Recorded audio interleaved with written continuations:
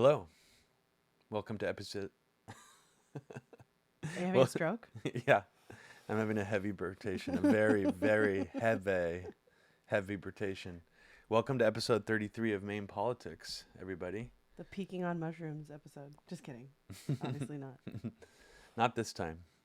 Don't mean to disappoint you. Maybe a future episode of MAME Politics. Yeah. But Laurie Kirchner is here to join me Hey. again. My lovely wife. Aw. How are you doing? I'm good. It's lovely to be invited back. Not just because I'm around, because it seems like this is just fun.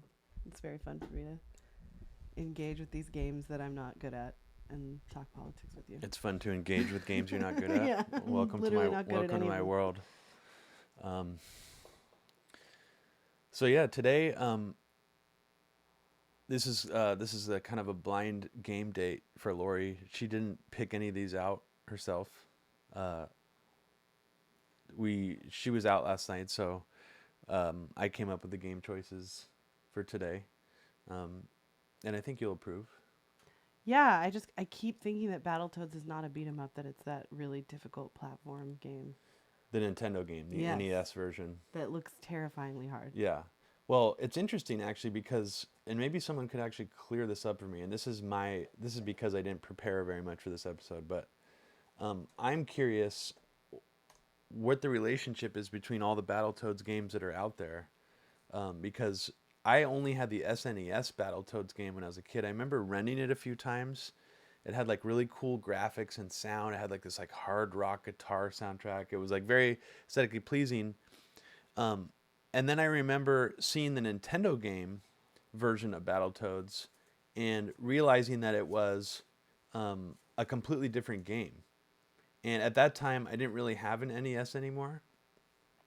I mean, I still had an NES, but I wasn't buying games for it anymore. I was buying Super Nintendo games. I think the last game I bought for the NES was actually given to me as a gift by my friend Tony growing up. His mom bought me like Mega Man 4 Aw. for my birthday. And I remember it was when I already had a Super Nintendo. Tom Collector, hey, how's it going? How's it going, everybody? Hey, Terra Hey. Toddler. Hey, Adam G. Good to see everybody. Tim Wilson. Yes, I've thought about doing that, Tim, of uploading a full version of A Very Heavy Agenda, but I'm not going to do it for various reasons. I don't want to tip off the YouTube copyright robots to exactly why the reasons are, but let's just say that if I did that, it would be taken down anyways, even if I put it on YouTube for free.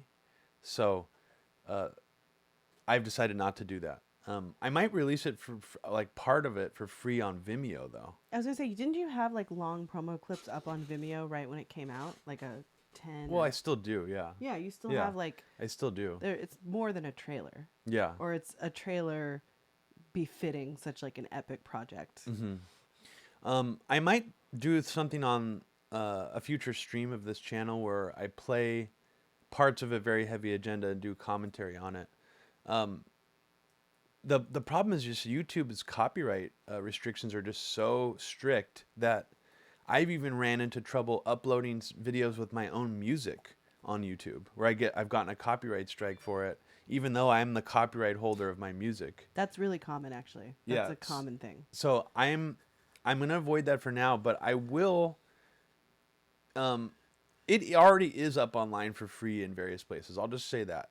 So I don't want to like undermine my ability to get my movie out there and actually, still be able to make a little bit of coin off of it. But it's out there if you want it.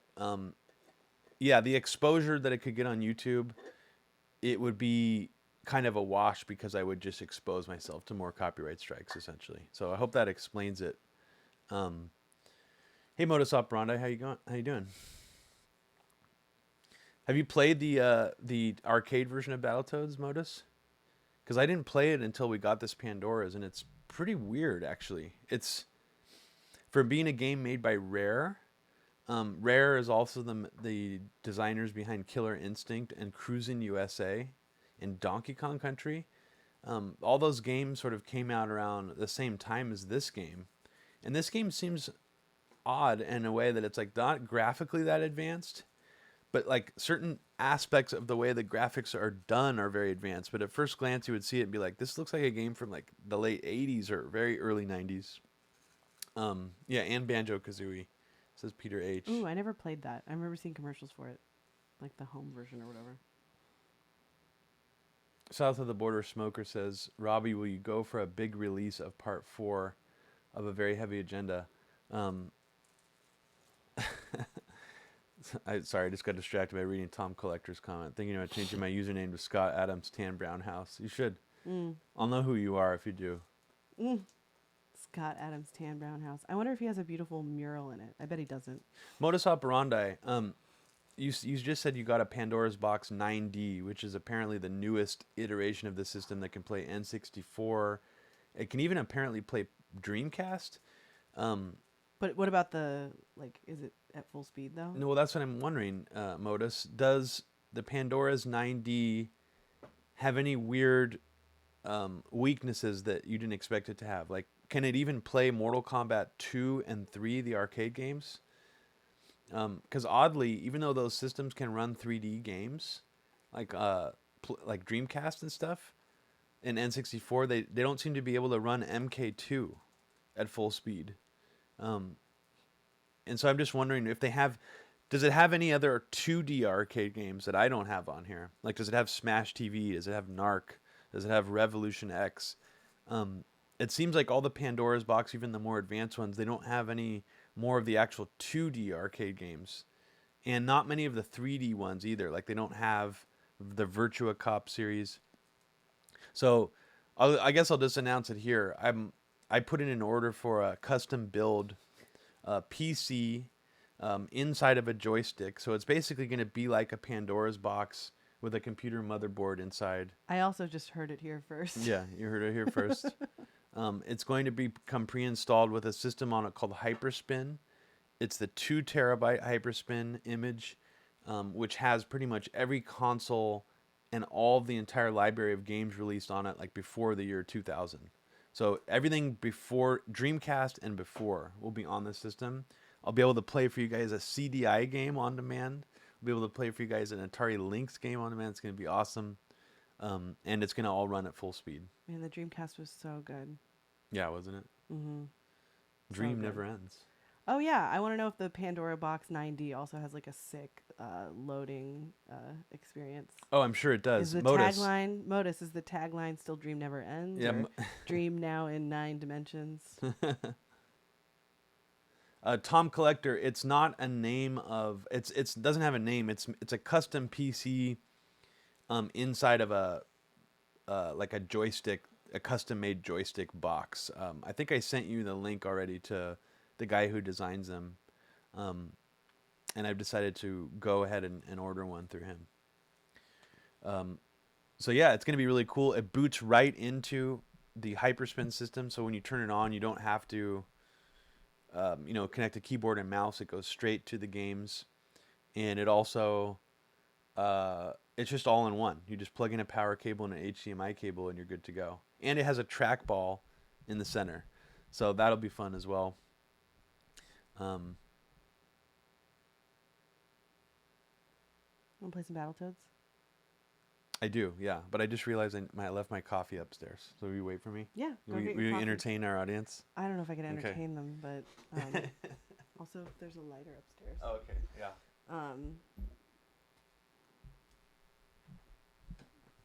Oh, shit.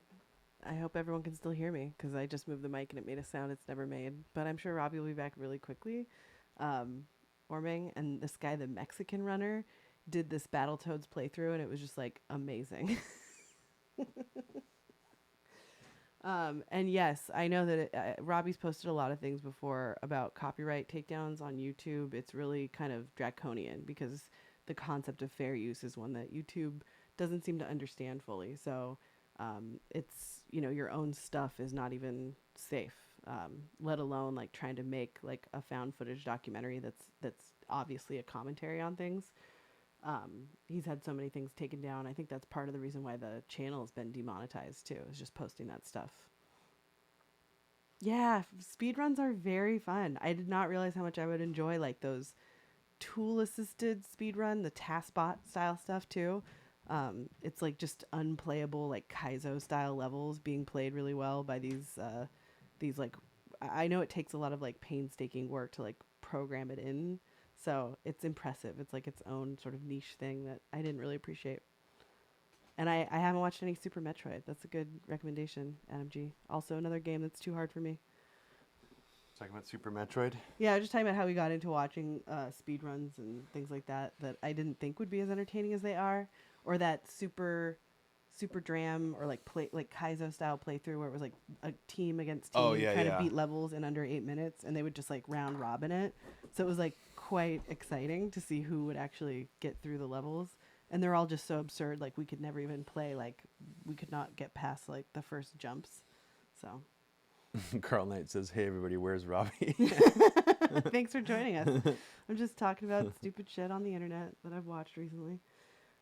Yeah, the Mario Maker stuff is really nuts. Like Robbie made this absurd level called "Choose the Right Power Ups," and he finally uploaded it to the Mario Maker thing. And what is the clear rate? Like no percent. No. It's only oddly only like 4 people have played my level so far. So if you guys have a Nintendo Switch, Choose the right power ups. I uploaded my first Mario Maker level. Yeah, it's called Choose the Right Power Ups. I'm gonna upload several more, and then actually on one of these episodes of Main Politics, we should just play a 2-player Mario Switch. Oh yes, Because there's so many. I don't know if you guys have, or Mario Maker. I don't know if you guys have played Super Mario Maker 2, but it's pretty crazy. How many different levels and what you can do with it. I mean, it's just a really, really fun, weird game. Yeah, I mean, all those like big mushrooms and then all the silly stuff. Like it's really aesthetically pleasing. I didn't realize I would be into it as much as I am. So should we do some Battletoads? Yeah, Tom, that'll never happen. There will never be a Laurie solo episode. What would I do? What would you do? How would I even set it up? You should do one. You'll need me to set it up for you. Yeah. And hit go. This is Robbie's studio, so he knows how everything works. Isabella says, "My brother can speed run the original Zelda in like an hour and a half." Oh Crazy. yeah, we watched a speedrun of Zelda too, and it was It's remarkable how much your own nostalgic memories of playing that. I personally did not play Zelda a lot as a kid, so to me the game gets very repetitive. But I can see why the aesthetic is like classic. The one that I am more fond of, like the one that's more nostalgic for me, because I don't think I owned the original Zelda for Nintendo. I remember playing it a lot at my friend's house. I had Link, the second one, and that game has a lot more nostalgia for me. That game's even harder, arguably, than the first one. It looks cool. The speed run of that one was really crazy because at a certain point in the game, you're supposed to get like the candle that's supposed to like light all these levels that you have to go through, and the guy just like doesn't get the candle because it takes too long, so he just runs through the rest of the game like in the dark parts of the levels where it's like you're not supposed to play that way, but he still somehow beats the game that way. It's pretty ridiculous. I can see that. I mean, when I was in shape for like original Super Mario Brothers, I could probably beat the first few levels with my eyes closed. You know? Really? Yeah. Do you think you can still do that? No, not at all. Not at all. Well, somebody on here mentioned to me, and I forgot who it was, so sorry for not giving you a shout out, but there is a speed run of Punch Out, Mike Tyson's Punch Out for the original NES, where 2 people play it simultaneously using one controller, and they're both blindfolded. So they like memorized or figured out like the exact timing of when to hit like the buttons and stuff. It's pretty wild. This is what I'm trying to get into, is like really obscure stuff. I actually find those other challenges, like the don't use left, or I mean don't go right or something, like those bore me. They're like a tedious constraint, like the ones where you don't jump or something, or you know. So yeah, I would like something that's really like physically demanding and bizarre, like a party trick kind of. So yeah, 2 people blindfolded. I don't even like Punch Out that much, but I'd watch that. Should we play some Battletoads? Let's do it. You ready? Yeah. Ooh, trying to hide hickeys. Adam G in the chat. Yeah, there's no hiding it. Unless you could steal some of your mom's makeup. Press start on that side. Ooh. Should I be Zitz, Rash, or Pimple? I don't Are know. you It's already terrible. That's like such a bad. They're very off-putting names. Yeah. I think. Okay. Did I even pick? Okay.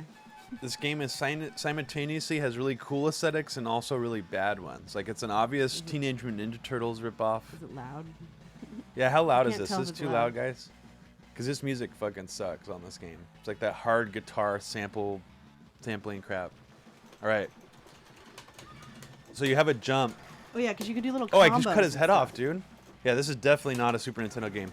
So what's weird to me, and Tom, maybe someone else knows the answer to this, but why are there 3 different Battletoads games that have almost no real relationship to each other for the Super Nintendo, the NES, and the arcade? And how come I don't remember seeing this game ever in the arcade? I only first played it on this Pandora system. I never even knew there was an arcade game of Battletoads. Wait, how do I get that thing? You hit the punch button right up to it. Fuck.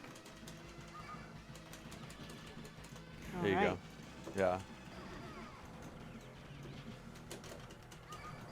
Cool. Why is the entire first Oh, yeah, order yeah, look at- behind get us? him. I know, it looks like it's like a total Star Wars Yeah. ripoff.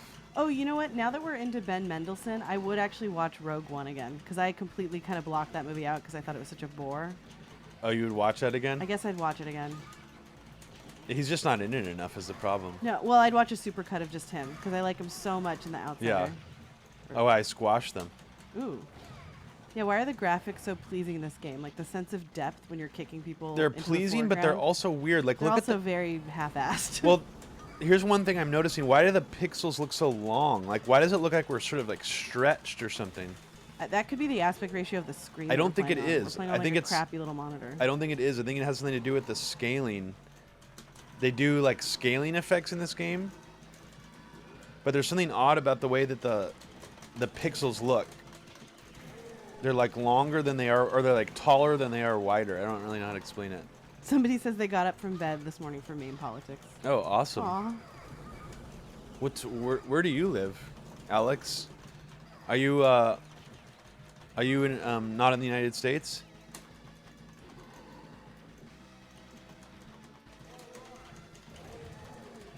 Where did I get this awesome thing?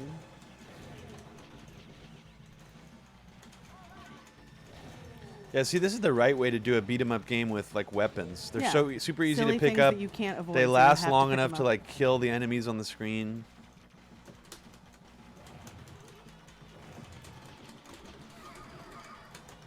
Whoa, those rats turn into piles of bones? That's really... Mhm. That's so sad. I I had know, a pet isn't it? rat as a child. I don't find this... Aw. I don't care for this characterization.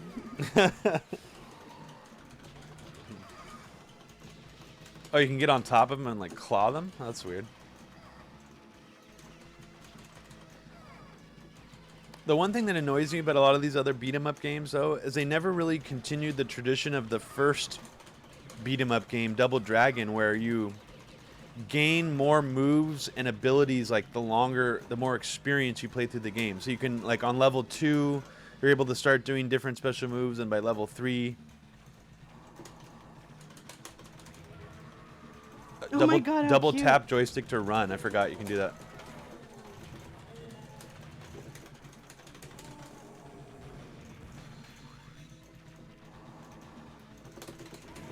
Oh man. Just killed me?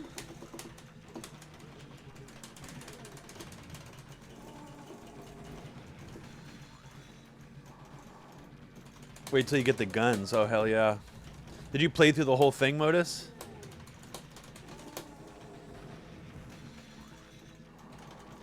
Interesting, Tom. Yeah, on the CRT display, I could see that having some useful effect. I still haven't even had a chance to play most of these games or emulators on a CRT display in a long time.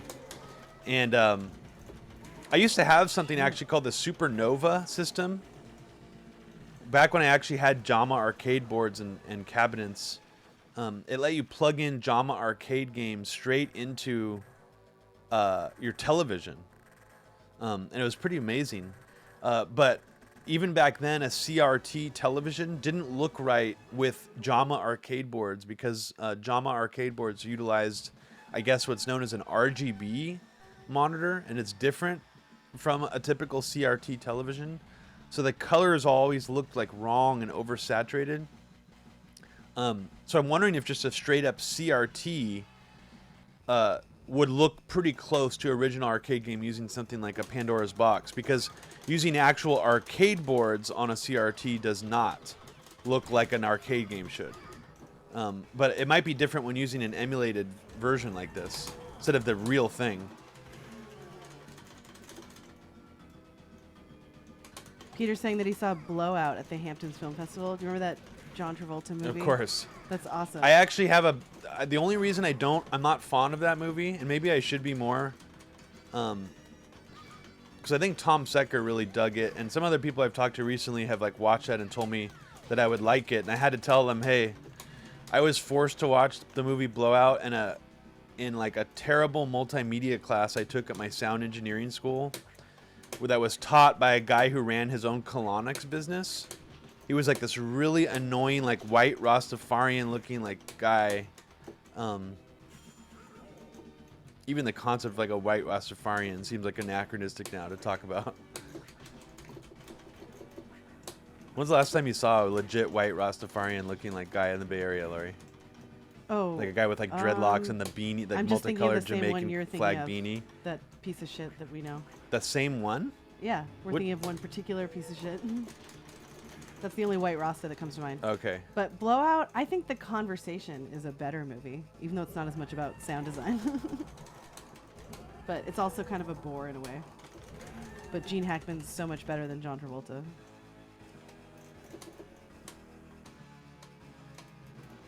Ooh. I don't like this snow bullshit. No, you kind of have to do, and we can't really, can you jump really? Yeah, you can. Yeah. But it's like, it's a shitty little bullshit jump. It is kind of shitty, yeah. Well, it's like the wind is getting this. That's the thing right now. It's like... Yeah, my favorite Brian De Palma movie is definitely Body Heat. That's your favorite Brian De Palma movie? Fuck yes. Are you It's joking? No. Why would I joke about that? It's not a good movie, though. Fuck off. It's a great movie. Kathleen Turner is so incredibly hot in it. And what's his name? William Hurt? Which of that? I don't know who that guy is. That guy No, looks he's- like Bill Maher. I I have know, no but idea who that guy is. No, that's Body Double. Oh, Body Heat. That's Isn't- Brian De Palma? Isn't Body Heat Brian De Palma? I don't think it is. Commentariat, chat. I think it is. Okay. I didn't know it was. I'm pretty sure. Who else could have made such a sleazy movie? But Body Double's great, but not for different reasons.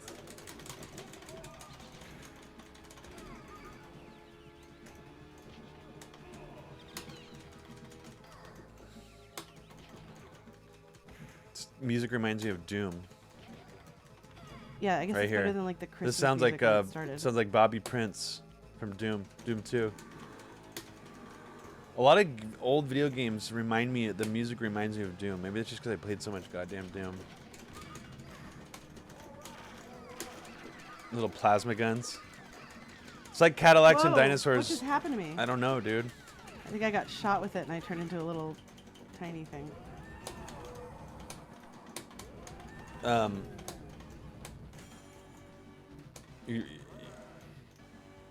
The one weird thing about this game is I don't like how it goes from like side scroller to like beat 'em up with like a fake 3D plane. And I know the original Nintendo version does that too. But I gotta say, from just playing this again with Laurie, the original Nintendo version of this game is far superior, I think, to the arcade game. Oh yeah, for gameplay reasons? Well, it just has a lot more inventive Oh, I didn't get it seeming done. gameplay, don't you think? Yeah. Ooh. That's cool. And I don't even really remember what the SNES version is like. I remember it also being kind of a boring beat 'em up with not much going on, except for fun graphics and aesthetics.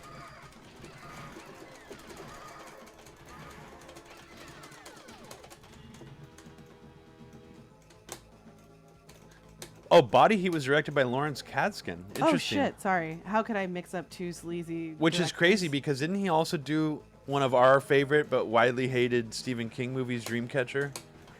Did he? It? Yeah, I think he did. Oh, yeah, Dreamcatcher. I think he is actually like underrated. wrote and directed it maybe, and people hate on that movie a lot, and I can understand why, but I really enjoy it.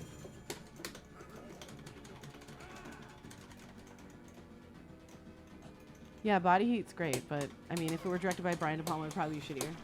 Yeah.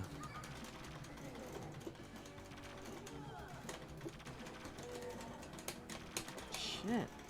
This is worse than like the Mario ice. Yeah. Should we do Joan Mac now? Yeah. I did it. Yeah. It's so. I did It it. has so many bad parts, but it's such a over the top movie, and an over the top book as well. I've only read part of it. I will say I can see how I think like Morgan Freeman just phones it in, and a lot of the greater alien stuff is done really dumb. So if you're expecting it to like be like an X-Files episode, it's some goofball shit, but I like it. Tom, yeah, that's true. Tom says there are many NES games that are superior to their arcade counterparts, which is actually fairly unusual for a system. Yeah, Tom, I think a lot of what they did was it was almost like they were riding more off of the popularity of like the title, like Rygar, but no one, probably barely anybody had actually played the arcade game. So they just decided to do a new game, essentially, using the same, like, some of the same themes from the original game. Battletoads, it seems like Battletoads for the NES was actually made on a completely parallel track to this. So I don't even think it was... It's probably totally different teams, just, unrelated. Yeah, it doesn't seem like it even has any real similarity. Wait, you're going to make me play a fucking game called Caveman Ninja? Okay. Yeah. All right. Yeah, Alex Everson. I didn't really grow up reading Stephen King, but I know that traditionally speaking, almost all the adaptations of his things are Hated. really different from the book, or fans of Stephen King don't like them. Even the ones that are considered like some of the best movies based on his material, like The Shining. Well, The Shining's a great movie for many reasons, but it's not because it's a great adaptation of the book. Like, the book is very different in a way that I can see why somebody like Kubrick would be like, yeah, this shit's hard to film, so I'm going to pick different shit. Mm-hmm. Topiary animals moving around in a horror movie would come off as pretty fucking goofy. So I can appreciate the choices to like deviate super hard, because I don't know. It's not like I've read a lot of what's his name, Clive Barker or whatever. But some of Stephen King stuff is like, okay, enough already. Like, there's an evil demon in the center of the earth, and there's all this nonsense, probably slightly appropriative like mythology about it. I can enjoy the story just as much like on screen without that. Modus Operandi says Dreamcatcher. I like that movie. Mm-hmm. Yeah, a lot of people don't like I the thought- Jason Lee diarrhea scene, which it's a weird first act. I get thought it. you were gonna I misread you, Modus Operandi, at first as saying you Duddits liked it, like you didn't like it. I haven't actually seen The Langoliers. It's one of my favorites, which is actually like based off of just a short story, and people think it's a piece of shit. But I really, really fondly have fond memories of Lawnmower Man, which is another really weird movie. I always forget edgy that's 90s Stephen King movie. It's the pornoist Stephen King. And for anybody who likes Lawnmower Man like I do, and I hope you're out there, there is a 45 minutes extra footage director's cut of Lawnmower Man on YouTube, which is really crazy. Like, I just discovered it like a couple months ago. I don't even think it's gotten an official release. So if you like Lawnmower Man, check that shit out. Yeah. I love Lawnmower Man, even though it kind of sucks. Yeah, it's a movie I saw when I was young enough to be like, oh my god, this is so adult Yeah. and so like cyber futuristic. And Oh, now to God. watch it, it's just like this weird relic. It's like The Net or something. It's like Yeah. a movie of a certain era.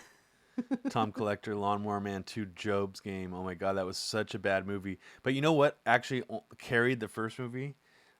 Was the Pierce Brosnan character in the first movie, like, actually probably carried the whole movie. He was just like a neurotic, like, chain smoking, stressed out tech genius. Oh yeah, I think that Like, probably was everything why else it about the a movie watchable was like movie. extremely poorly acted, except for Pierce Brosnan. And like, what's the other guy in Lawnmower Man? Jeff Fahey. He's basically Yeah. like only in like softcore Cinemax movies, I think.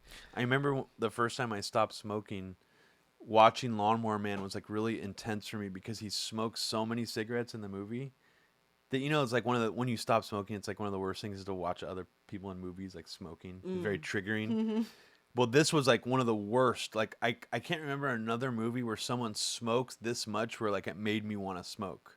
And besides Lawnmower Man, I don't know why that one in particular. Somebody mentions The Mist and Misery. Those are really good. Oh, The Mist is great. Yeah, the black and white version of The Mist is also really cool. Green Mile is a very likable movie, but it's very deeply flawed. Yeah, and the whole thing about the magic. Let's just be straight. Yeah, It the is about a magic Negro trope is trope so where strong. where he literally uses supernatural powers to cure Tom Like Hanks's dick. hemorrhoids. Oh, he has a dick Yeah. problem. Yeah, he has like a urinary tract infection for like half the movie, and the magic character like grabs his penis and like heals him. It's so bad on so many levels. I mean, and it's super like disappointing that was same guy who made Hudsucker Proxy. I think Frank Darabont made that. Oh, Frank Darabont did that. I think so. Yeah. And I remember it was like 3.5 hours. I remember sitting in the theater watching it, thinking like, this is such bad Oscar bait. Like it's just not. This is like, did I say Hudsucker Proxy earlier? Oh wait, did you? I meant to say Shawshank Redemption. Oh well, when I think of that's Tim great that Robbins, I can think of the mix both those Hudsucker Proxy. movies up. I know everybody loves the Shawshank Redemption because Tom Collector. That's not embarrassing. You got inspired by an awesome movie, which probably actually showed off VR in a more realistic way than ever been shown before. Even though there was aspects of it that are obviously totally unrealistic, there was like a scene in that movie where they're laying down on these horizontal bed-like things where they're moving around playing like a flight sim game, and that's like they have that now in like VR places where you can play games. Yeah, and honestly, like it was only just a few years later that Virtuosity came out, and that movie's a pile of absolute garbage. I actually can watch the shit out of it. Even though young Russell Crowe is such a snack in it's still not the worst or weirdest Denzel Washington movie though. No, remember but that you one? know what? It was kind of it was like the birth of that Denzel character. Where he's just like an action hero. Yeah, I'm just like an action hero, but I don't do anything. I just wear a leather jacket and I'm like too fucking cool for everything. What was that movie though that we watched recently where I'm like, honey, you got to watch some of this because it's such a bizarre, convoluted, and terribly executed, hard R edgy action movie with Denzel Washington. If you guys know this movie, I think it's called like Riot something. It's like Denzel Washington embarrasses some criminal who is played by John Lithgow, sends him to jail, and then when John Lithgow gets out of jail, he vows revenge, and then like gets Denzel Washington's character like hooked on heroin, and then like films him fucking a prostitute like over and over again on and then like sends it to the media. Oh, you're right. No, Ricochet. Ricochet. And we kept watching it. Yes. Ricochet is one of the weirdest Denzel movies. It's a very like hard R, trying to be like very sexy. It's kind of like Last Boy Scout-esque in its badness, like its edginess, badness. It's bad, but I recommend it. Yeah, I've seen some terrible Denzel movies. I mean, we love that. Out of Time. Yeah, Out of Time. Yeah, Out of Time is actually one of my guilty pleasures Denzel movies for sure. It's so good. All the supporting characters are so good. Ava Mendes at peak hotness before she got a little bit of work done. Oh my god. Yeah, she looks great. Caveman Ninja. Adam G has a question about my thoughts on Showgirls. You could tell that I would have a better opinion on Showgirls than Robbie. Really, we love that movie. We're big Paul Verhoeven fans. Yeah, Total Recall is one of the greatest movies ever, I think. Yeah, we gave Showgirls another watch like maybe a year and a half ago, and we were like, actually, this movie is better than people made it out to be, but it's still bad. There's still aspects of it. No, there's a level of self-awareness to it where it has an offbeat aesthetic. Kyle MacLachlan is so good. He's just, I mean, he's like David Lynch's little muse boy. So like, we got to run at 2:30, guys. So just that's why I'm speeding up the game. But no, keep talking. I do love Showgirls. It's Versace. Like, yeah, I feel bad for what's her face. She should have had a better career. Gina Gershon in that movie though is also smoking hot. Press she start. could do my nails anytime. Okay, so you got jump and shoot. Okay, got it. Okay. So we got some FM synth. Caveman Ninja. So this was also adapted to the SNES. And I don't think that it's... There's sushi back in the caveman days? Yeah, dude. Are these Yoshis? Can I get in this? Nope, you can't get shit. Wait, I'm throwing wheels now. Check it out, You're dude. all smushed. Wait, what? Oh, you're throwing What kind of weapon do I have? Oh my god. Very Battletoads. It is, yeah. Ah. That's kind of a good choice to play both of these, right? Some Battletoads. See, this is cool because in the original NES game, you do not get nearly these many cool power-ups. Like, I'm shooting myself at this guy. Yeah, how come you got all the power-ups and I'm a little squished piece of shit here throwing bones? This game also has an interesting visual aesthetic because it's... Oh, there was a chick we had to free? I didn't even notice her. Wait, What? the sound on this thing sounds really out of whack. Really out of whack. So, I have not seen Turkish Delight. It's a Paul Verhoeven movie we haven't seen. I haven't even seen all of the Black Book. Isn't that the Nazi one? you want it? I'm gonna die, and I want you continue to play. Okay? Oh yeah. I was Before gonna- we wrap up, you have something that you wanted to share. Yeah, I wanted to share it because we didn't really talk about politics. We didn't really talk about anything political Yeah. on Let's this share episode somebody's today. touching real life story while I play this insanely ridiculous looking game. Just die already.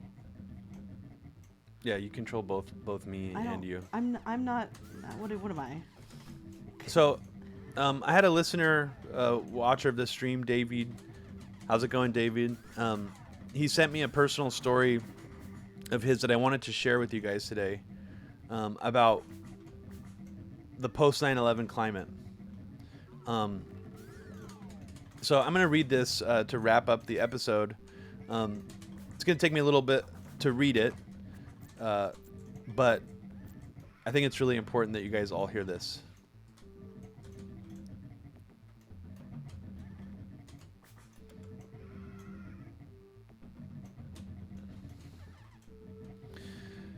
So, I'm going to start reading David's message to me about what him and his family went through after 9/11. So he says, "Man, thinking back on how heavy I was surveilled after 9/11 put me in a sad place. Had to take a long walk to cope. So sad. My dad is from Kabul, but I was born in Pennsylvania though most of my cousins are Afghan immigrants. We are Afghan Hindu Sikhs, which is a population that has existed in Afghanistan for over 1,000 years. My dad left in the 60s, but the rest of the family stayed because they had stories there and loved Kabul. But in the late 90s, the Taliban came to Kabul and made religious minorities wear gold stars Nazi style, murdered some, and eventually locked all my uncles in jail for continuing to run their stores. So my family fled to India, then Germany, and then here in 97. In 2005, one of my aunts and uncles were deported right after their son, my cousin, graduated high school. They were back at their house celebrating his graduation. My cousin answered a knock at the door, and it was Homeland Security who took away his parents. My cousin is a dreamer with protected status, and they didn't take him. But his 69 and 70-year-old parents had less favorable immigration status and committed the crime of working at the airport. They handled baggage and escorted push passengers in wheelchairs to and from their gates. Part of the Patriot Act, Operation Tarmac, jailed people from Pakistan, Afghanistan, Iraq, and other terrorist countries of origin who worked at airports. My aunt and uncle were locked up for months without ever being charged of a crime, and we couldn't get any response from the authorities with a charge. They would have been deported if not for my family getting one of the best immigration attorneys in D.C.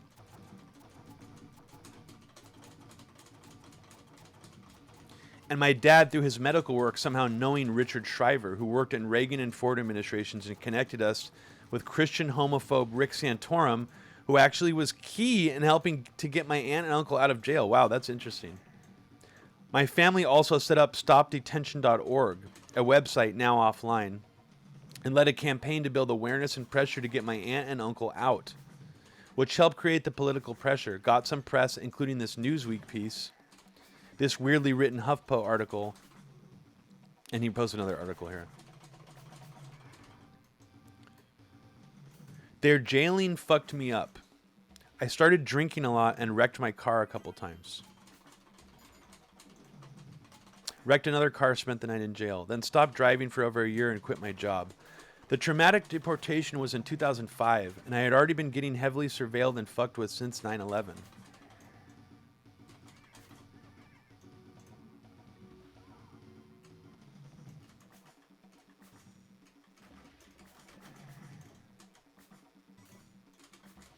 In January 2002, I was in architecture school, and my studio was about building around the freeways.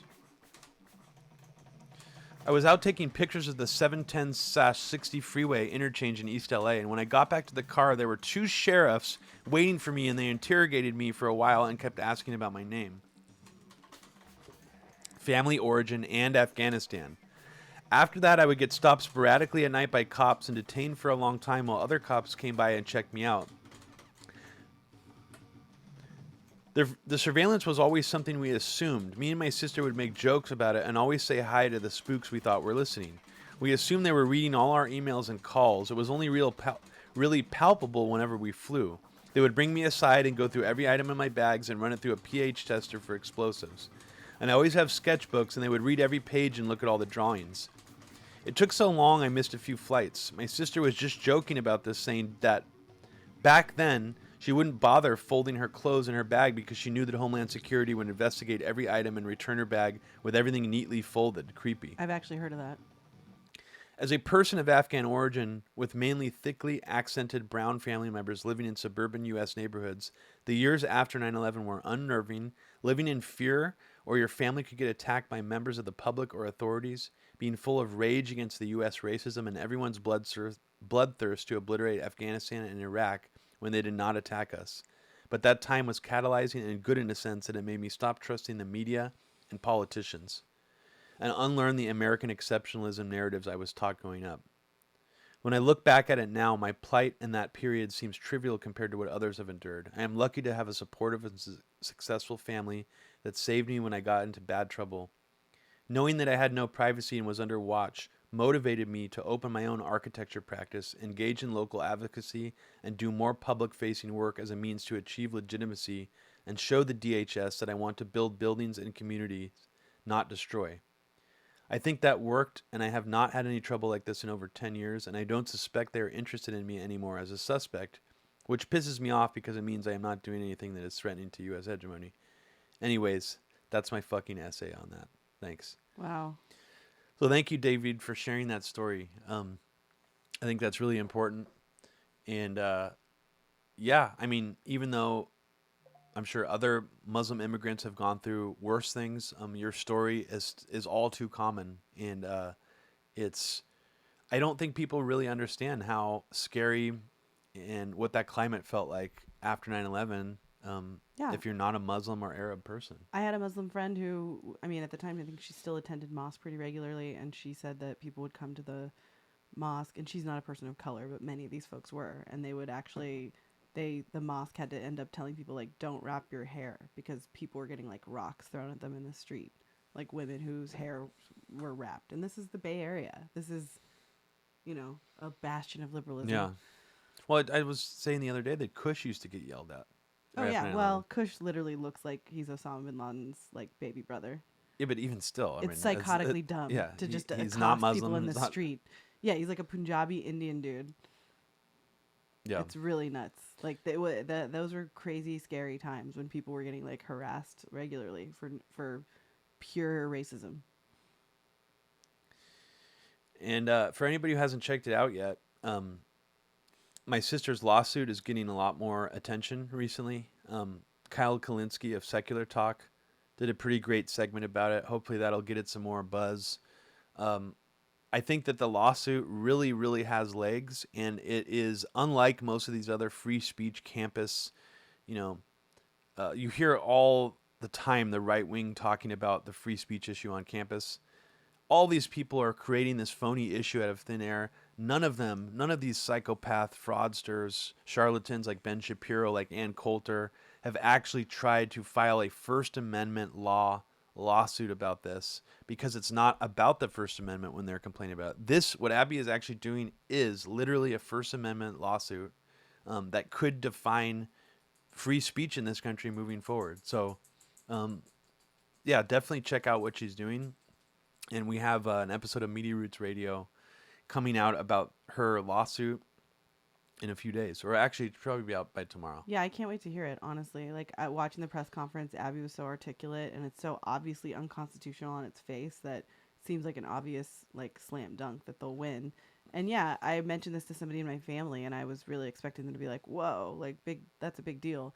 And they basically immediately brought up Ben Shapiro and was like, well, isn't it not fair that conservative talks at colleges get canceled? And I had to look up the article to remind myself, like, first of all, Ben Shapiro is like a polarizing piece of shit. And the actual colleges that are disinviting people based on the sentiment from, like, the from the student body, like that's a completely different thing. Like the First Amendment does not guarantee you like an uncanceled invitation to talk at a university. If the people that go to that university are like, we don't want you here, then there's nothing that the Constitution protects about your right to keep your invitations when you're polarizing. Like that's a different scenario altogether. So like the conservatives who complain about that, it's really such utter bullshit.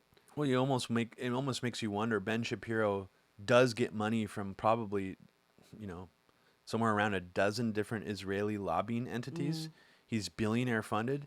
So who's to say that it's not Israel pouring all this money into this phony right-wing free speech issue so they can hide the actual free speech that they're trying to eliminate on college campuses by their own lobbying efforts, which the prime minister literally admitted on Twitter that they are doing everything they can to make sure these laws pass in every U.S. state.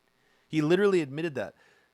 I mean, would it be that much of a surprise if all this free speech warrior right-wing college campus stuff was just a total ruse to cover up this BDS stuff that's actually going on? I mean, Israel spends millions and millions of dollars probably on a weekly basis doing this kind of shit. And it's really suspicious. So you do have to wonder if that is having something to do with this, because Israel is getting extremely desperate, so desperate that they're trying to make it illegal for you to be able to work if you boycott them. Yeah, I mean, that just shows desperation. What if I walked into my office and like my company decided, well, in order to work here, you have to sign this loyalty oath to Israel? Like they're a private company, they can do what they want, but like places of learning, like the idea that like you can't receive public funds from the state of Georgia that are earmarked for this media literacy conference because you need to sign this loyalty oath to a foreign fucking country, it's insane. It's beyond. I mean, it's hard to believe. It's even more insane how little media attention it's getting, because this is the real free speech issue. Yeah. But thank you, everybody, for listening to today's episode of MAME Politics. We got a wrap now, unfortunately. The second microphone we're using is a rental, and we have to go return it. But thank you, everybody. Thank you so much for joining us again for MAME Politics. Thanks for having me. Thank you for joining me, Laurie. Yeah, thanks, Peter, Adam, Tom, John, all the familiar folks for all your wonderful comments, and other people I forgot. And if you would like access to all of the hidden or locked episodes of MAME Politics, about 1/3 of them after they stream, you can only get access to them if you become a Patreon subscriber of mine. So please consider doing that at patreon.com/Robbie Martin. For as little as $5 a month, you can get access to all those. Bye. Thank you. Take care, everybody. Have a great Sunday.